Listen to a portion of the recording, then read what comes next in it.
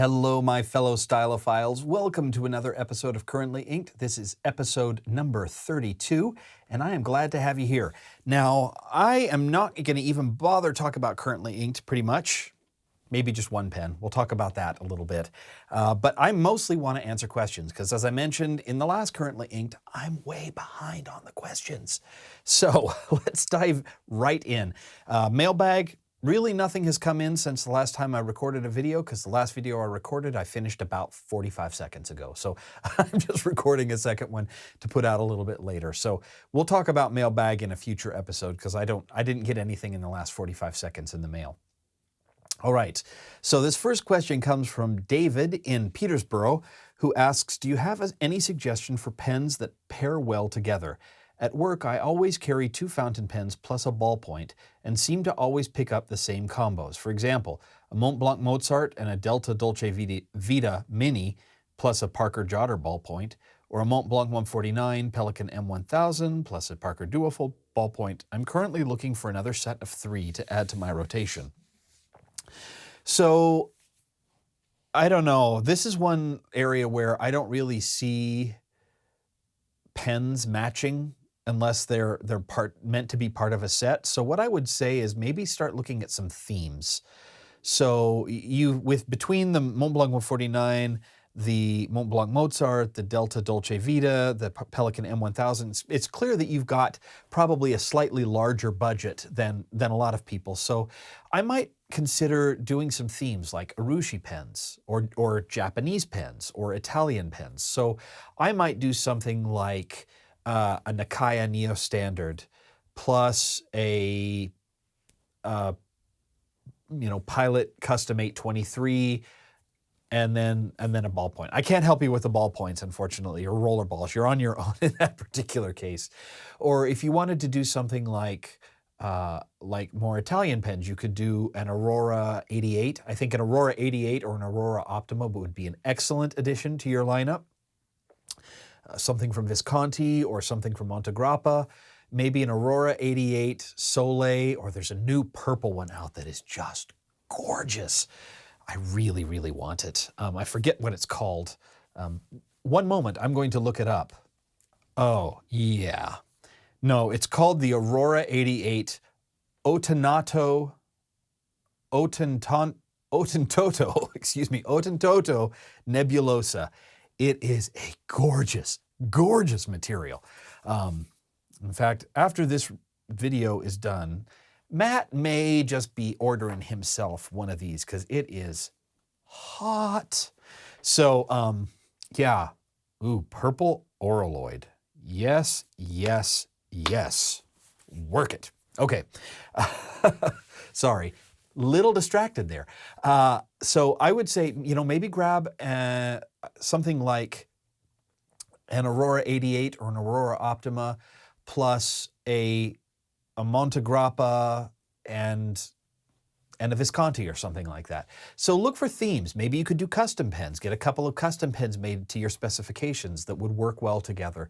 So those are a few things I might look at when you pair pens or materials. So you could say, hey, here are my celluloid pens, or here are my ebonite pens, that sort of thing. So, or Urushi pens. Urushi pens would be a fun one because you could get a Danny Trio, you could get a Nakaya, you could get something from Jonathan Brooks. So there's a lot of options out there for you. So if anyone else has ideas, and then of course you could just go the simple one and get the Pilot Metropolitan, the Lamy Safari, and I don't know, a Faber-Castell Loom. Just go the low end. So there you go. All right, let's go back to the questions while I stop staring at this gorgeous Aurora 88 drool. All right. Next question comes from Andrew in Guam again. He says, now that I have emptied a bottle of ink, now that I have emptied a bottle of ink for the first time, do you have another goal in mind for your ink collection? No, I don't. Buy all the ink. I think that's about it. I've actually emptied a couple of bottles of ink, but unfortunately the other bottles I've emptied since then I've had to empty because they've gone bad. So kind of my current status is don't buy another ink if it's so close to an existing ink you can't tell the difference, which means that fewer and fewer inks are becoming interesting. I am trying to pick up every time a new limited edition comes out of a couple of different lines of ink, I try to pick up a couple of them. So a good example are the Mont Blanc inks. I like having those limited editions, even if it's an ink I don't like very much. It's silly, but that's what it is. And I am in the process of moving a lot of my bottles of ink. Sorry, let me rephrase that. I'm in the process of moving my ink in bottles that it is impossible to fill from into bottles that I actually like. So I think I talked about this a little last time, but I got a hold of an empty Ackerman bottle, and I have put 2 bottles of my Grand Canyon, Caran d'Ache Grand Canyon, in here because I can fill from that. So it's encouraging me to use up some of that ink a little bit as well. So, but aside from that, I really don't have any goals. I'm sure people have seen, maybe I'll put it up over here, a link to the video of the guy who has basically an ink museum, and it's really cool, but I'm not going after that, I don't think. So, all right, Robert in New Mexico says, 1, I have started to view my higher end pen purchases as investments, planning to keep some uninked for the foreseeable future. Do you concur? No, I do not. I believe that for the most part, pens are a terrible, terrible, terrible investment, even if you leave them uninked. I just don't ever see pens going up in value so much that you would make more money putting your money in a savings account with a 0.25% interest than you would by leaving a pen uninked for 50 years. There are some exceptions to that, I'm sure, but the exceptions are few and far between. And a lot of the limited edition and collector's edition pens that are out there are so expensive, and really not for any good reason, that I think it's fine to treat your pens as a savings account, not to treat it as an investment account.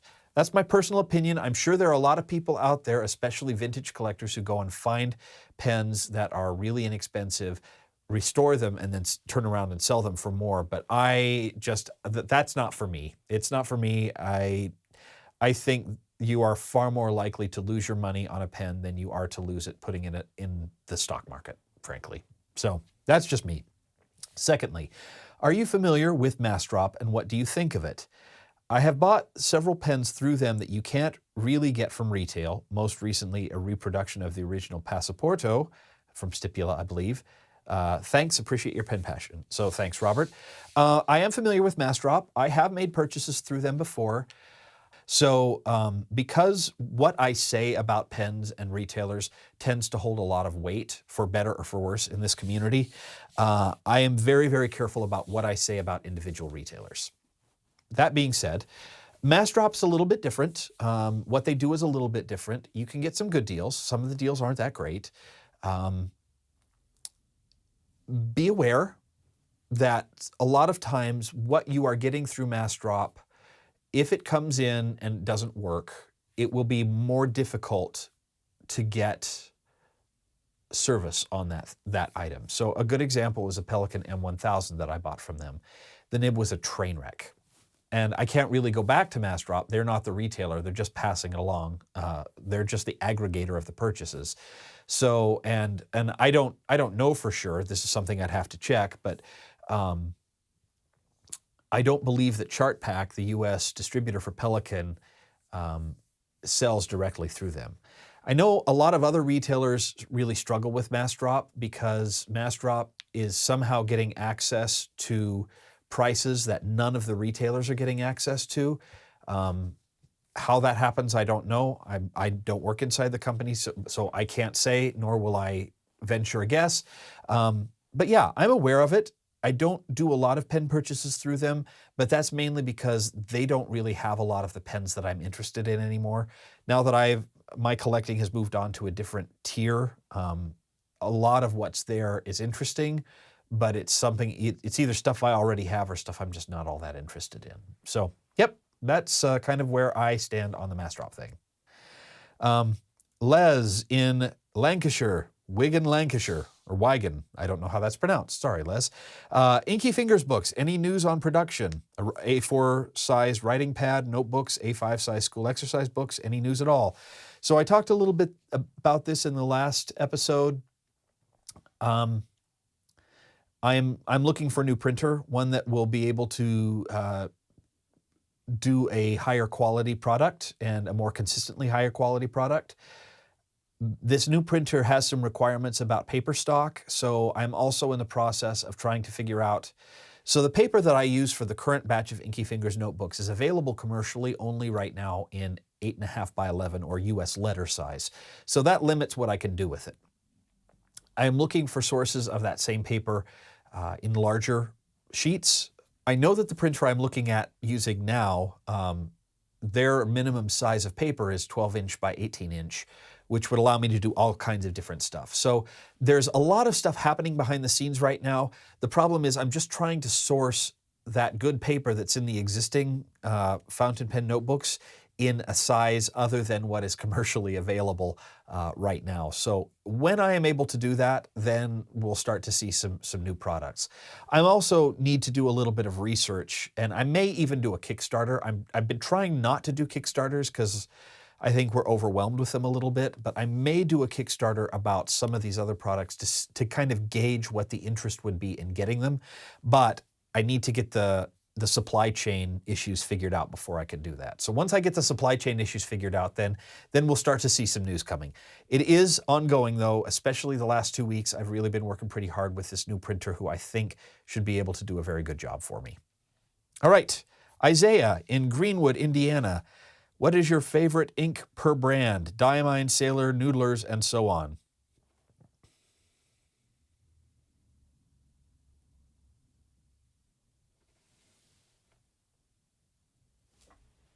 I don't know. I simply can't answer that question. I'll just throw out a few.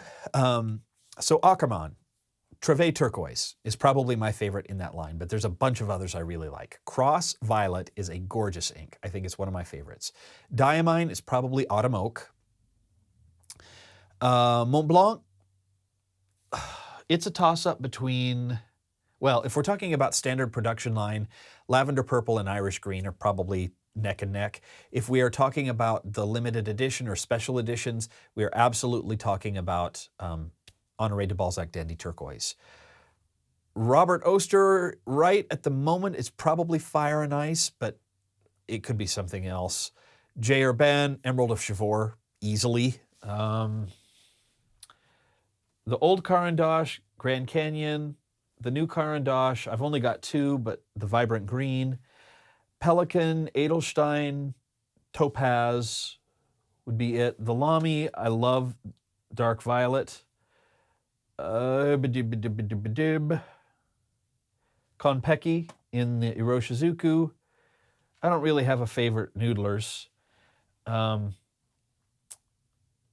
really like Green number 2 in the Quizzy inks. I'm just looking through Sailor. Well, the Sailor inks are really tricky because there's Sailor, their own line, and then all the other kind of custom inks that they do. So my favorite Sailor ink of all is the Bung Box Piano Mahogany. If we're talking about the Sailors, their own line that's currently in production, it's probably Yamadori. I really like that one. So those are a few of them, but yeah. There's just so many. Sailor also does for Bung Box the First Love Sapphire, which it's probably right up there with Piano Mahogany as one of my favorites. All right. Ron in England says, have you used a fountain pen with a modern Waverly nib? And if so, what are your thoughts on how they compare to standard, i.e. one without curved uplifted tines? I have not. So I really can't comment on that, sadly. I have used Fude nibs, which I think are similar. So what he's talking about is if this is your normal nib, the tines get lifted up a little bit.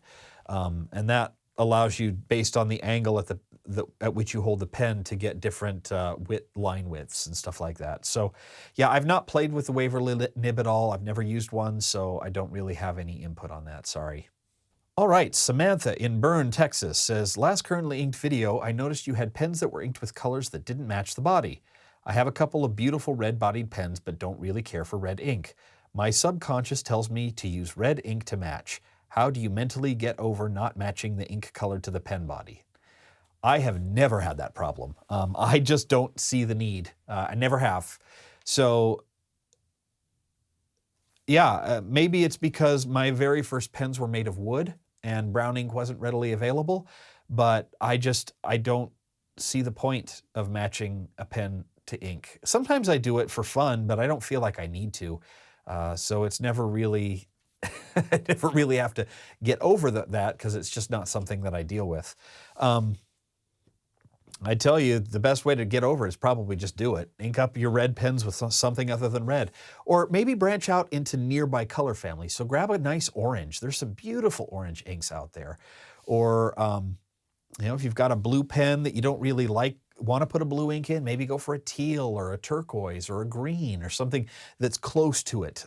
Or you could go, really opposite direction. So recently I've started getting into really colorful socks.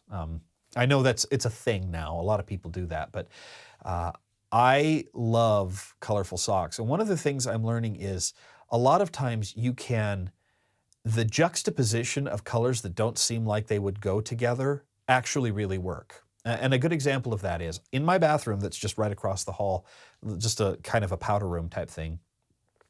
The colors that I have in there are orange, green, and purple. And you'd think there is no way those colors work together, but they actually really do work together, and they work together really well. So look for maybe the way you can say is, hey, I've got this red pen. What are some other colors that I would see this color red with in nature?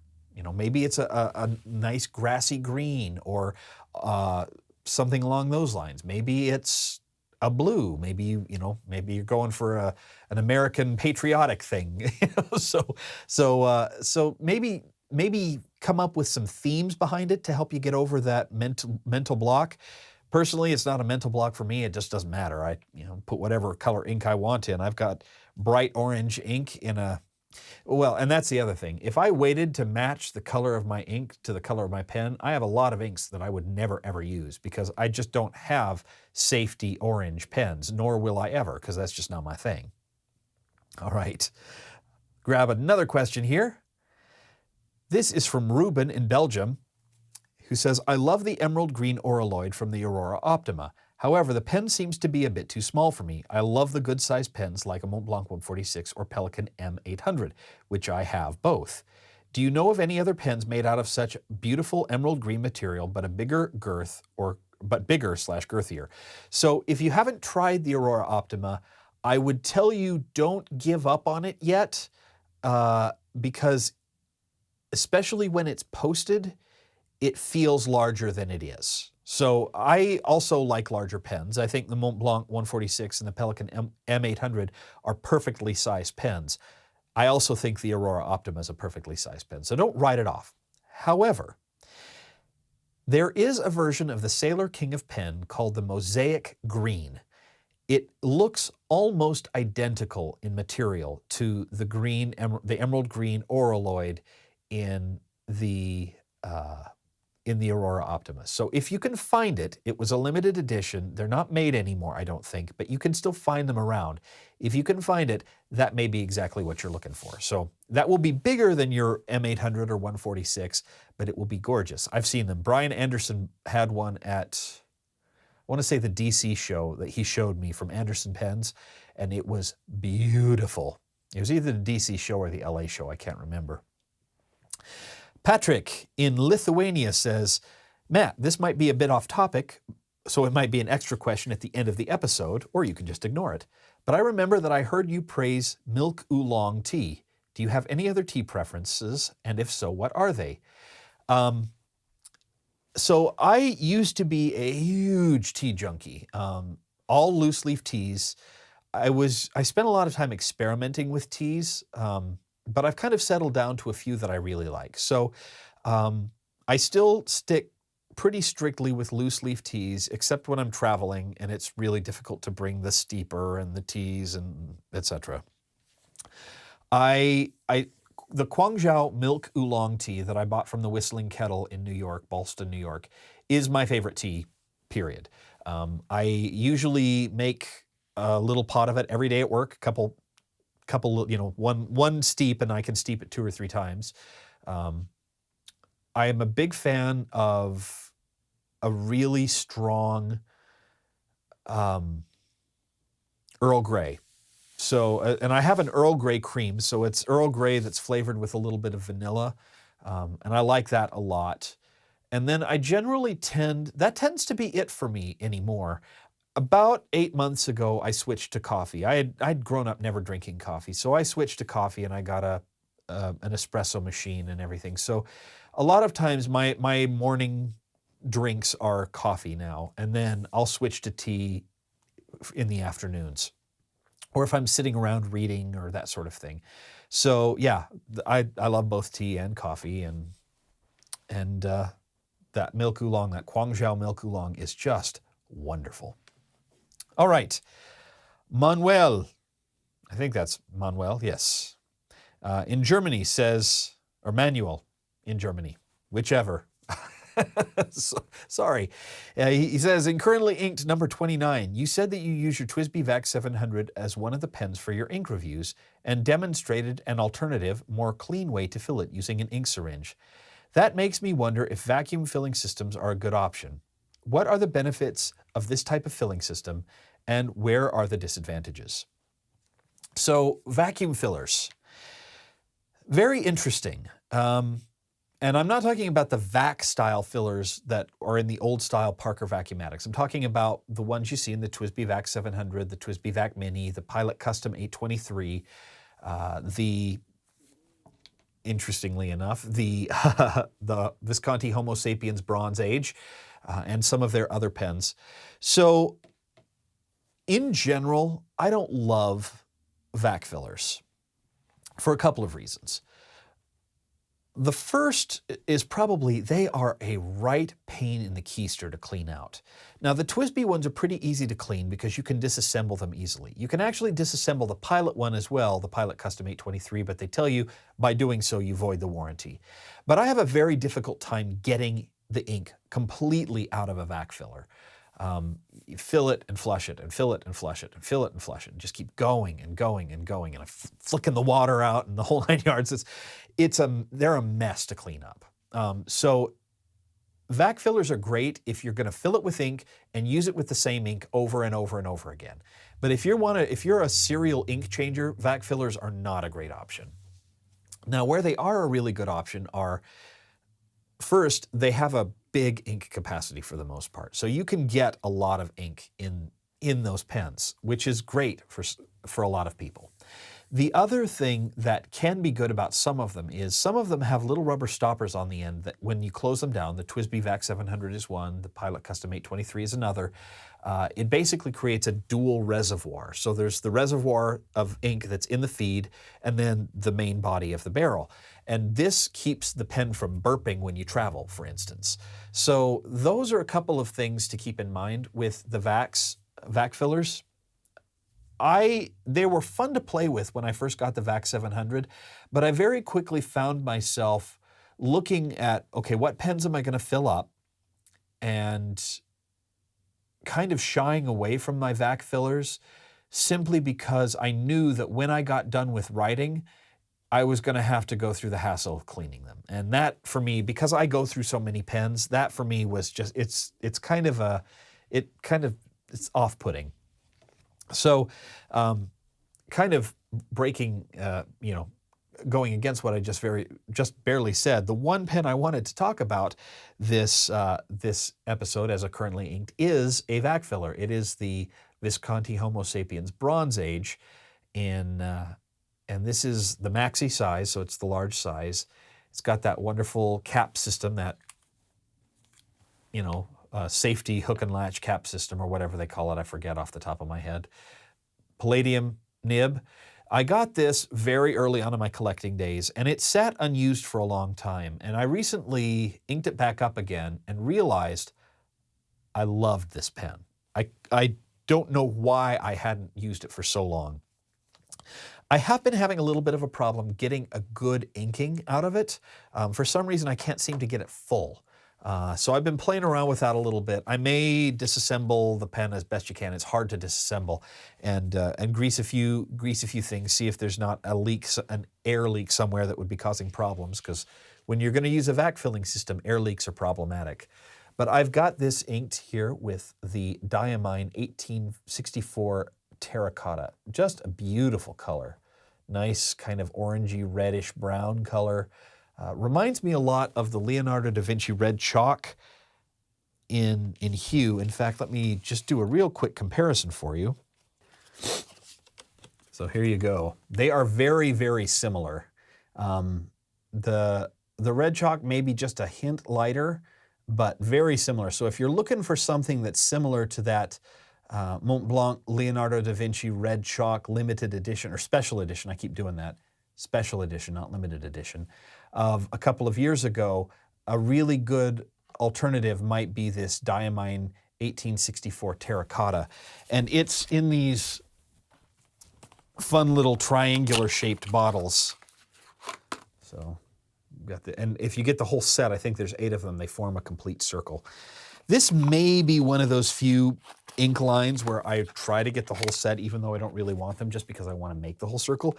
But there is also a Califolio at Van Ness pens, Califolio inks at vanness1938.com. They come in those same triangular bottles, so you can, you know, I may have a circle of ink that's a combination of Diamine and Califolio. So there you go. All right, so yeah, back to your question, Manuel, that would be, vac fillers are good and bad. It just depends kind of on what you need and if you want to play around with it. If you do want to play around with it, maybe try the Vac Mini or the new TWSBI Vac 700. I think they're coming out with a new one, is what I heard, because the existing Vac 700 stock has kind of disappeared everywhere. So hopefully a new one will be coming out soon. Mona in Michigan, my old home state, says, what is the best way to polish a pen? The one I have in mind is a limited edition Aurora Optima. It's a vibrant color. I'm afraid to use polishing cloth that could damage the finish, or wax that wouldn't mix well with the celluloid or auraloid. What would be your recommendation? So pen restorers generally use micromesh. At least that's my understanding, or a very, very low grit, polishing compound and a soft cloth. I think you'd be fine using a polishing cloth. The walls, you're not going to damage the finish on a plastic pen, whether it's auraloid, celluloid, acrylic, resin. A polishing cloth should generally be fine. Where you'd want to be careful is if you start getting into the abrasives, some of the really abrasive stuff, like the higher end micromeshes or the lower grit micromeshes. And do it by hand. Don't do it with a machine, do it by hand, go very slowly. If you're trying to buff out scratches and things like that, maybe start at like a 6,000 or an 8,000 micro mesh and work, and work your way up to 12,000 and then finish it off with a polishing cloth. That would be what I would do. Now, granted, I'm telling you this, I'm sure there are a lot of people who will freak out and leave comments saying, don't do what he just said, because I don't know what I'm talking about. So if you out there have experience on the best way to polish pens, please leave something for Mona in the comments below. I just don't have experience doing it. I've never done it before myself. That being said, I have a Wahl Eversharp that I picked up, an Eversharp Skyline that I picked up at my local thrift store, or not thrift store, antique store, that needs a good polish. So I'm going to be, at some point when I get a little time to play around with this, I'm going to be trying out a couple of options on how to polish this thing, because it needs a good polish and I want to learn how. So, fun stuff. And Mona, if you do try it, let me know how it turns out. Okay, Claire in Ohio. I find that while I am satisfied with my Pilot Metropolitan Fine, I want to try other nib sizes in search of my perfect nib size. Am I better off getting a bunch of cheap pens like the Platinum Preppy, or should I try a better pen with swappable nibs like the Lamy Safari or one of the Twisbys? I would absolutely go with one of the more expensive pens with swappable nibs. So the Lamys would be a great example. The Twisbys would be a great example. Another one you may not have thought of is Nemosine, Nemosine. I've reviewed, and you can see links here, I have reviewed several of their pens, the Fission, the Neutrino, and the Singularity. They have a lot of unusual nib sizes, including 0.6 and 0.8 millimeter stubs, 1.1 millimeter stubs, broad, fine, medium, extra fine. So you might want to try those, and they're really affordable too. So yeah, the problem with the Preppies is that I don't know that you're going to get a lot of options in the nib sizes above basically just fine, medium, and maybe that's it. I'm not real well versed on the Preppy line, but I don't know if there's a ton of nib options available there. So I personally would go with a slightly better pen and swap out the nibs. And yeah, it will be a little more expensive, but you're going to have a better gauge of what the real writing experience will be like in that respect, I think.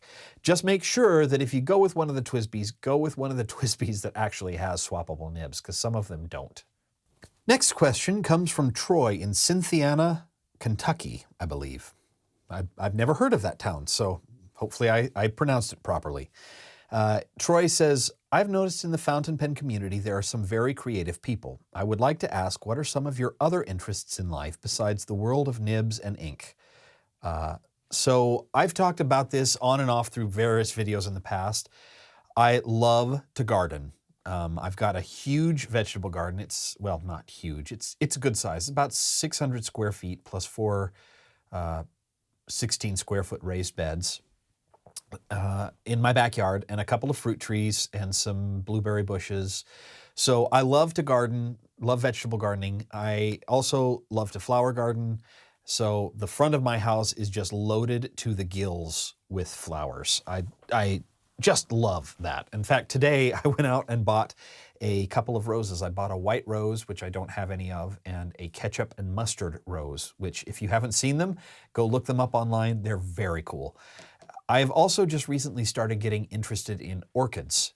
So I've started getting some specialty orchids and learning about how to care for them and keep them alive and keep them healthy and that sort of thing. So that's one of my big things. It's one of the major reasons I take a hiatus every summer is because our summers in Seattle are so short and so glorious.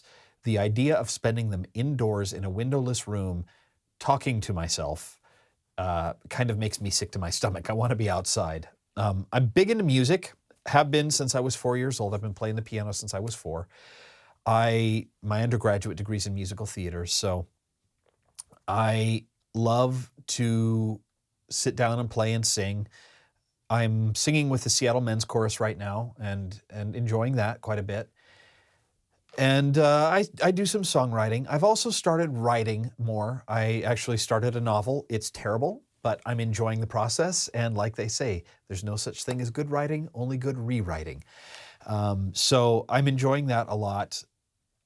I'm a project kind of guy though. I just give me a project to work on and it will keep me occupied.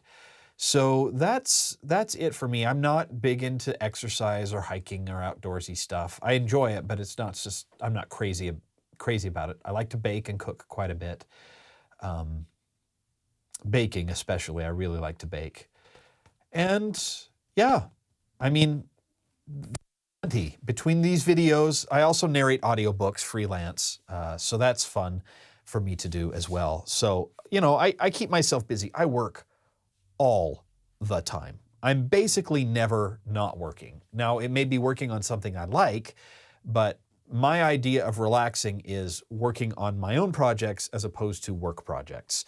So whether it's the garden, whether it's pen videos, whether it's audiobooks, whether it's, you know, perfecting the recipe for macarons, whatever it is, I cannot be disengaged from life. It's very, very difficult for me to just sit down on the couch and watch TV or watch a movie.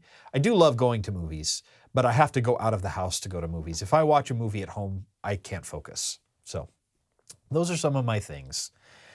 And I always seem to find new hobbies. It's one of the reasons I try not to go on YouTube and just watch around for the fun of it, because it seems like every time I do, I wind up picking up 4 or 5 new hobbies that I don't need. So this next question comes from Pilgrim in Illinois, who says, thanks for your great reviews and currently inked episodes. You're welcome. Thank you for watching. And I'm fairly new to the fountain pen hobby, less than a year, and I find that at times when I'm writing with my pens, I start to get pain in my back and shoulder blade area. I know you're not a doctor, but this is true. I am very much not a doctor. But you have had lots of experience writing, so I was hoping that you could share some tips on writing technique or posture, etc., to avoid unnecessary aches and pains. So I will try. I am certainly, like you said, I'm not a doctor, but above and beyond not being a doctor, I really don't know what I'm talking about. But that's never stopped me from making it up in the past. So a couple things to think about. First of all, I tend, when I write, to hunch over and lean over the paper. So that may be problematic. The other thing is, if you are a gripper, a heavy gripper, you want to work on relaxing your grip. The pen should just kind of sit in your hand. You shouldn't have to press down. You shouldn't have to death grip the pen. I know, I've been there, I've done it. The other thing is that as you write, you really want to try to use your whole arm.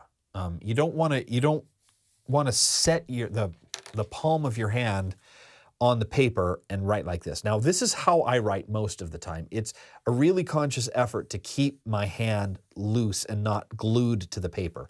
So those are a few things to start off with. The other thing is, I don't know exactly how you hold the paper, but a lot of people put the paper directly in front of them like this and write.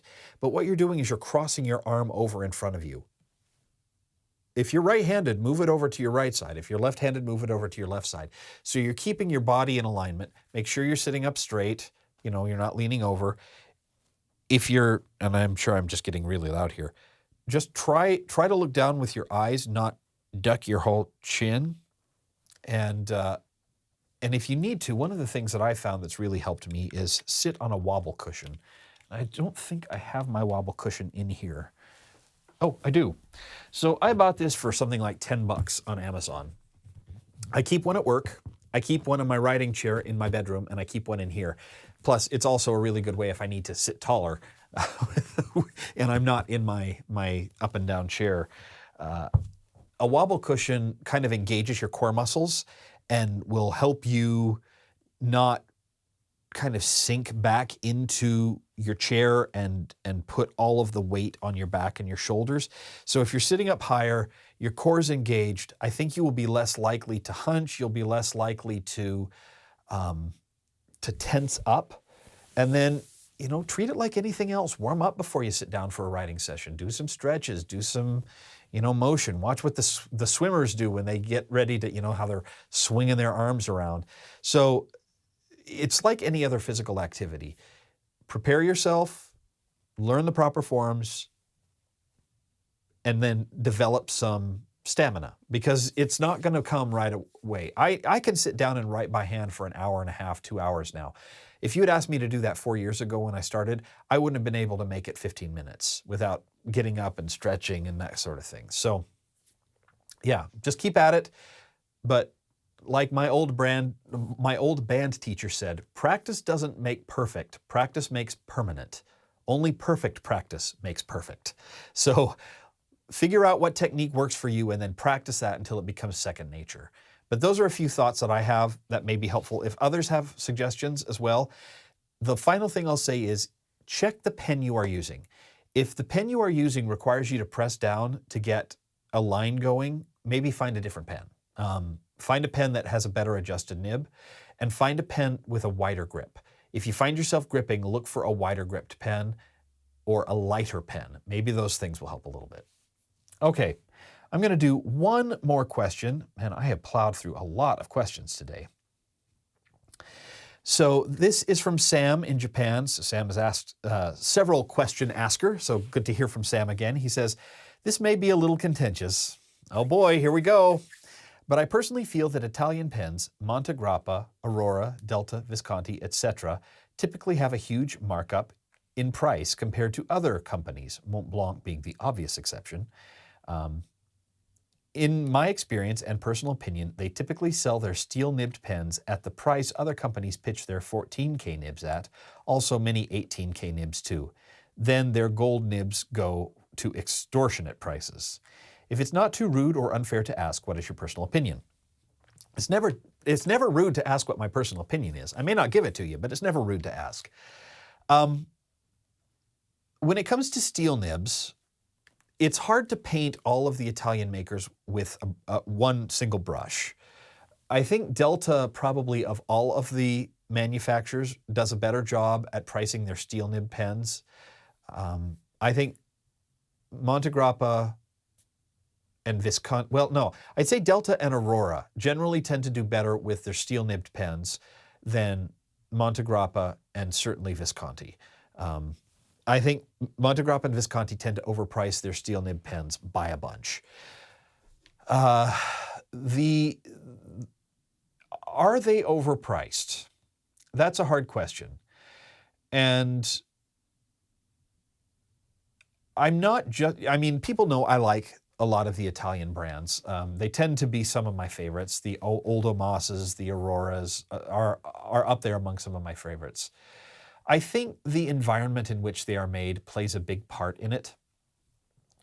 And I'm not trying to excuse the pricing because I absolutely think prices are overblown with some of those manufacturers. I think Aurora in particular recognized that and dropped a lot of their prices recently, which I think was absolutely the wise move to do. I think it moved the Aurora Optima into being absolutely a wonderful value, where before it was kind of a questionable value. I think, if you look at something like the Japanese pens, a lot of those pens are completely automated. They're made with injection molding, not completely, but they're more automated. They're made with injection molding. They're made very, very precisely, and they're just churned out at huge volumes. Companies like Pilot and Sailor and Platinum are also huge companies, especially Pilot. Pilot is a gargantuan company. So they get a lot of the economies of scale. Now, companies like Aurora and Visconti, their pens tend to be very much more hand tweaked, sometimes handmade. They're often lathed instead of injection molded, so they'll run rods of material on a lathe instead of injection mold them or press them out. They pay extra because they have their nibs made by other companies and they have to order huge quantities of nibs. They work, and I don't know a lot about the labor economy in Italy, but I would say that labor is probably more expensive. There's probably a little bit more in the way of waste. It's probably taxed a lot higher, is my guess. And there's a lot more custom pricing in the customs involved as well. These are all guesses. I mean, this might be a really great question for Jonathan Deans of the Pen Economics blog, who could probably be a lot more cognizant of what's going on and talk about it a lot more smartly than I could. So yeah, I mean, are some of them overpriced?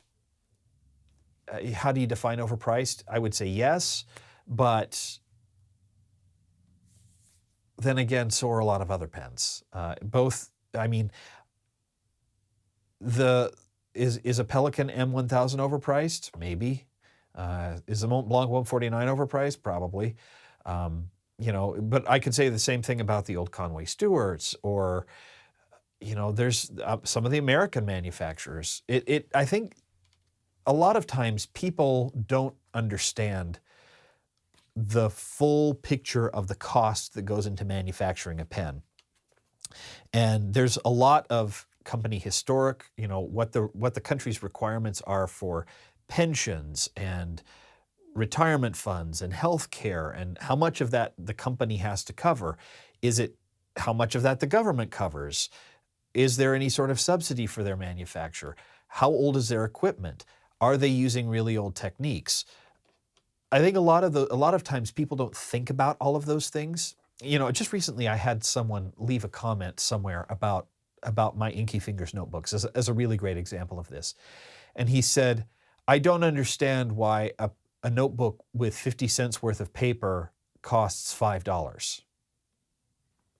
Well, yeah, there's 50 cents worth of paper, and then there's $2 worth of labor that goes into making it. Not to mention the fact that I'm paying a designer, and I'm paying for shipping, and I'm buying packaging and, plastic wrap and things like that. And then I still have to make a profit, and I'm wholesaling it. So I then, I have to set the price so that whatever I set the price at, I can sell it for 50 or 45% of that and still make a little bit of money from the process. So, if the per unit cost on one of my notebooks is $1.15 or $1.20, and I wholesale that notebook, and I'm just throwing out numbers here. These are not the actual numbers. I'm just I'm giving an example. And the actual notebook wholesales for $2.50 to another retailer, then I only make it $1 on each notebook I sell. I'm not making $4. And I can tell you, I'm not making $1 on every notebook I sell. So yeah, I think a lot of times people don't realize the prices that go into it. I think sometimes the retailers also don't realize, look, you're being ridiculous. And companies who don't realize that their prices are ridiculous and people aren't buying their pens are companies that are not going to last for very long. So are they overpriced? Not as long as people keep buying them. Is there room to reduce the prices? Absolutely. It may not be in their best interest to do so, but there you go. All right. I'm probably just about out of space on my SD card for recording 2 of these very long videos back to back. Thank you so much for watching. I really do appreciate you being here. Don't forget to head over to penhabit.com to check out the show notes. I think there's a link right there. And we will see you here next time on Currently Inked. Thanks so much for watching.